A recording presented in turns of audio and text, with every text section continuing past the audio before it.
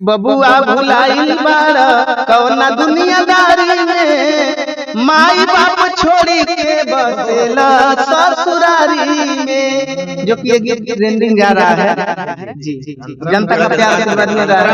अंतरा उसका था कि भाई भौजाई छोड़ला छोड़ला गाँव टोला, अरे भट्ठा के दारू पियला खैला बम बम गोला, त मुंह दांत तोड़ी लिहला कई के मारा मारी में, माई बाप छोड़ी के बसेला ससुरारी में। यार मऊ भाई बहुत बढ़िया कि बाप के कमाई सगरी माटी में मिलावला, असाली के नाम से तू एटीएम खोलावला, अब पैसा जमा करताड़ा बैंक सरकारी में, माई बाप छोड़ी के बसेला ससुरारी में। अक्सर लोग ससुरारी माई बाबू की जाके रहताड़न, ओकरे लिए ही